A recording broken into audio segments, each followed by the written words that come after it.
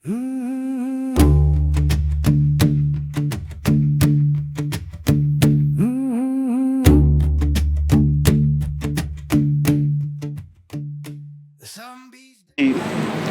जो हैं हमारे मेहमान अमानत अमानुल्लाह ख़ान साहब किसी तारुफ़ के मोहताज नहीं हैं। सिंगर भी हैं, क्लासिकल म्यूज़िक को समझते हैं, एक्टर हैं। उसके बाद ज़ुहेब साहब, उस्ताद ज़ुहेब हसन जो हैं ये अमृतसरी घराने के हैं, सारंगी साज हैं, बड़े बड़े प्लेटफॉर्म से बजाते हैं। अमानत भाई की तरह ये भी वर्ल्ड टूर करते हैं, परफॉर्म करते हैं वहाँ पर। तो आज इनसे हमने सोचा कि डिस्कस करें। अमानत भाई जो हैं क्योंकि वो वर्सटाइल हैं, मल्टी टैलेंटेड हैं और क्लासिकल म्यूज़िक भी एक उनका जो है फील्ड है उनके घराने की। तो अभी थोड़ा सा पहले आप बताएं, आपका जो क्लासिकल बैकग्राउंड है, हमने सुना अमानुल्लाह खान साहब ग्वालियर घराने से थे, वो क्या है थोड़ा? जो हमारे परदादा जी थे उनका नाम था उस्ताद मियाँ बंदे खान साहब। पहले क्लासिकल गाना महलों में राइज था, दरबारों तक, महलों तक राजा महाराजा सुनते थे। तो हमारे जो परदादा जी थे उन्होंने क्लासिकल को पंजाब में राइज किया, वो लेके आए यहाँ। फिर उन्होंने ग्वालियर से भी सीखा।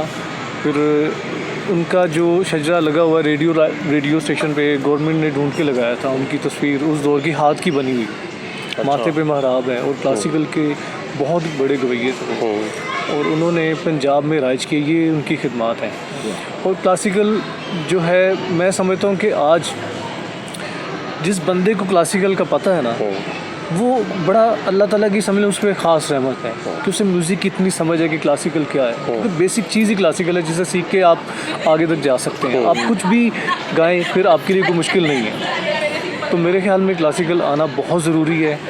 और मेरी खुशकिस्मती के वाले साहब ने फिर मुझे इसकी तालीम दिलवाई ग़ुलाम अली खान साहब से। मेरे जो फूफा जी थे उस्ताद नैत अली खान साहब, वो भी क्लासिकल में बड़ी महारत रखते थे, उनसे भी मैंने सीखा। खादम हुसैन फैज़ी साहब, मुश्ताक हुसैन खन्ना साहब, वो मेरे साथ तबला पे संगत करते थे, क्लासिकल पे उन्हें भी बड़ा बहुत था।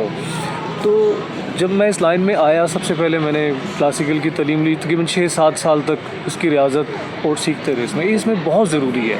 आज इसको सुनने वाले बहुत कम लोग हैं, लेकिन ये मैं समझता हूँ बेसिक चीज़ है कि कोई भी बच्चा डायरेक्ट मैट्रिक नहीं कर सकता जब तक वो पहली दूसरी नर्सरी से स्टार्ट नहीं होगा। इसी तरह ये इसमें गाने में जब तक क्लासिकल की आपको समझ नहीं है, तालीम नहीं, हमारे मोस्टली सिंगर कहते जी मैंने कहीं से नहीं सीखा, तो वो फिर उनकी मुद्दत भी कुछ अरसे के लिए होती है। गाना हिट हो जाना कोई बड़ी बात नहीं है, गाना हो जाता है। अब कोई भी चीज़ पब्लिक पता नहीं किस टाइप कहाँ निकल पड़ती है, किसके पीछे चल पड़ती है, लेकिन इसकी बेसिक तालीम जो है वो बहुत ज़रूरी है। तो आज जो उस्ताद अहमद अली खान साहब हैं पटियाला घराने से, फ़तेह अली खान साहब थे, अल्लाह जन्नत में रहमत करें, ये वो लोग हैं। शफ़क़त भाई, शफ़क़त अली खान साहब, उस्ताद नज़ाकत साहब था, सलामत खान साहब, ये बहुत बड़े नाम हैं जिनकी बहुत खिदमत हैं। सही बात। अगर आज क्लासिकल बचा हुआ है तो इन लोगों की वजह से बचा हुआ है कि लोग सुनते हैं। जब यहाँ पे होता है अलमरा में कोई भी कंसर्ट क्लासिकल का, तो आप देखिए कितनी तादाद में लोग आते हैं, क्योंकि इनकी बड़ी खिदमत हैं। इन लोगों की वजह से समझ लें क्लासिकल आज बचा हुआ है हमारे इस मुल्क में। इंडिया में तो खैर वो तो जब बच्चा छोटा जब उसमें होता है पहली क्लास में, जिसे कहते हैं नर्सरी में, तभी से वहाँ से म्यूज़िक की क्लास दी जाती है। बिल्कुल बिल्कुल। हमारे यहाँ ऐसा नहीं है, हमारे ऐसा नहीं, गाने वाले को कहेंगे जी ये तो फ़लाँ है, ये फ़लाँ है। ये वाले साहब इस बात पे ये कहा करते थे कि इस मुल्क में आर्टिस्ट अपने ज़ोरे बाजू पे जीता है, अपने बाजू पे वो कुछ करके दिखाता है। यहाँ पे कोई आर्टिस्ट की उस तरह नहीं है कदर, जैसा कि यूरोपीय ममालिक में, इंडिया में, जैसे उस्ताद बड़ी ग़ुलाम अली खान साहब यहाँ से उन्हें भी जाना पड़ा। बिल्कुल, ठीक है। तो ये मैं समझता हूँ कि ये बहुत ज़रूरी है। अगर आज हमें कोई सिखाने वाले इंस्टीट्यूट ऐसे नहीं है तो इन लोगों का काम सुन के हम बहुत कुछ सीख सकते हैं। उस्ताद सलामत खान साहब को, उस्ताद नज़ाकत साहब को, उस्ताद फ़तेह अली खान साहब को, बड़े ग़ुलाम अली खान साहब, उस्ताद बरकत अली खान साहब, इनके आज जो रिकॉर्ड मौजूद हैं यूट्यूब पे, तो उन्हें सुन के हमें सीखना चाहिए। बिल्कुल। अच्छा, अगरचे बात जो थी वो प्रोग्राम हमने ये बनाया कि क्लासिकल पे हो, पर अमानुल्लाह खान साहब जो है ना वो एक उनका जो ग्रेविटेशनल पुल है वो हमेशा हर जगह ही रहता है। जी जी जी। तो अब फिर जब आपने इतना एक्सप्लेन किया बैकग्राउंड अपना, now I can relate to why he was so like good with music. And जब वो परफॉर्म भी कर रहे होते थे स्टेज पे तो लोग जो है ना वो भूल जाते थे कि ये एक एक्टर, ये कॉमेडियन है, ऐसा लगता था गवैया गा रहा है। जी जी। And now we can relate to that उन्होंने व्हाई इट वाज बुजुर्गों सो। को सुना था। हाँ। उन्होंने, मेरे वालिद साहब अक्सर मुझे कहा करते थे कि मैंने उस्ताद सलामत अली खान साहब और नज़ाकत अली खान साहब से इनाम लिए गाने में। कहते कॉमेडी में नहीं, गाने में। बिल्कुल। गाना सुना के उनसे इनाम वाह, लिए। वाह, तो वाह। कहते थे ये मुझे बड़ा क्रेडिट है। तो ये तो बहुत बड़ी बात है। बहुत बड़ी बात है। मेहदी हसन साहब एक वाक़या अपना जी। जिक्र कर रहे थे, एक इंटरव्यू मैंने सुना कि वो उस्ताद सलामत अली खान साहब ने उनको कुछ हदिया दिया जी जी।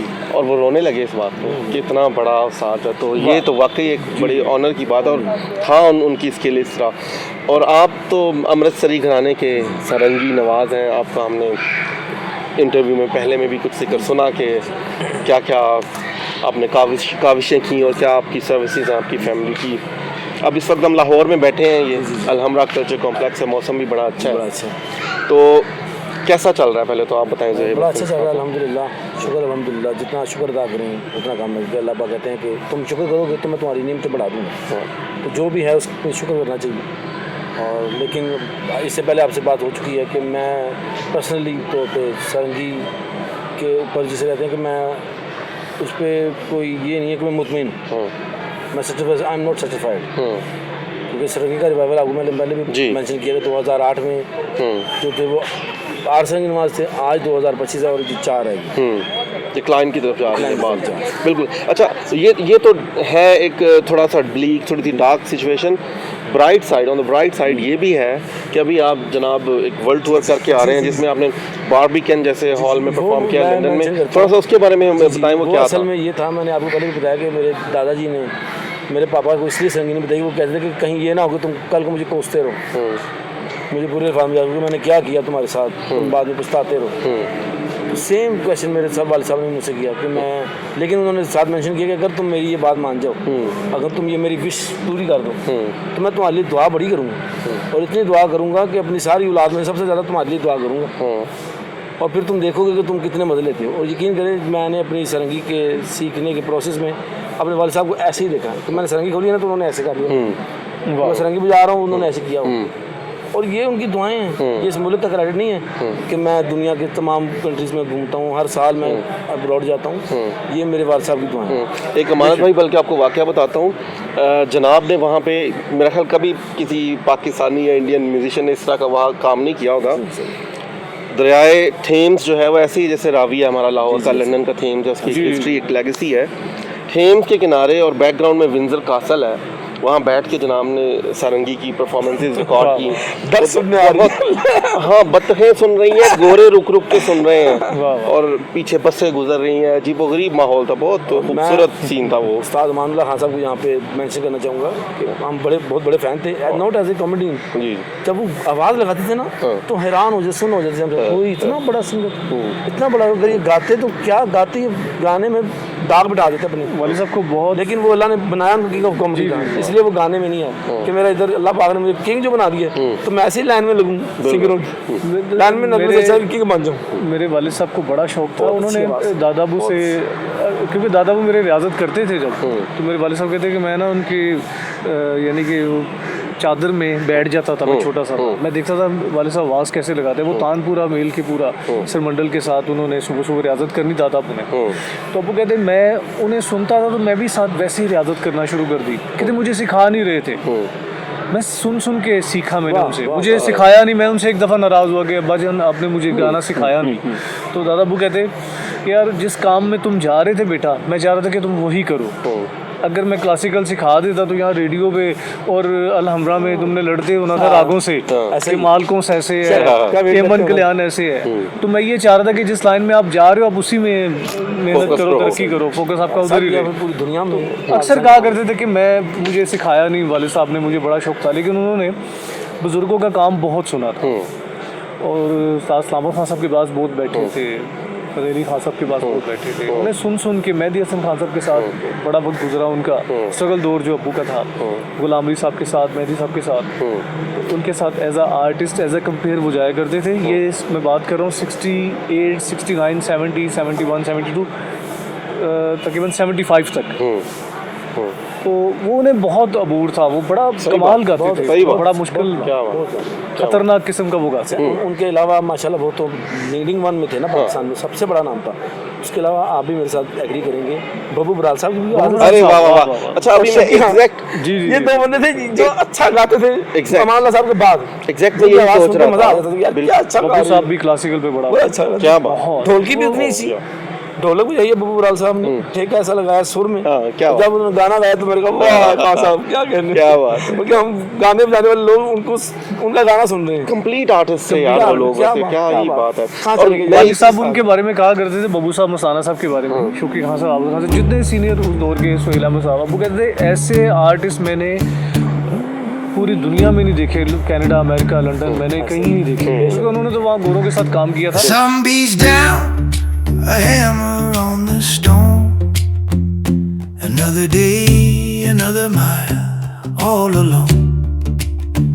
Dust devils dance, a swirling hazy dream. The riverbed is dry, or so it seems. Oh, the bullock cart creaks so weary and Shensan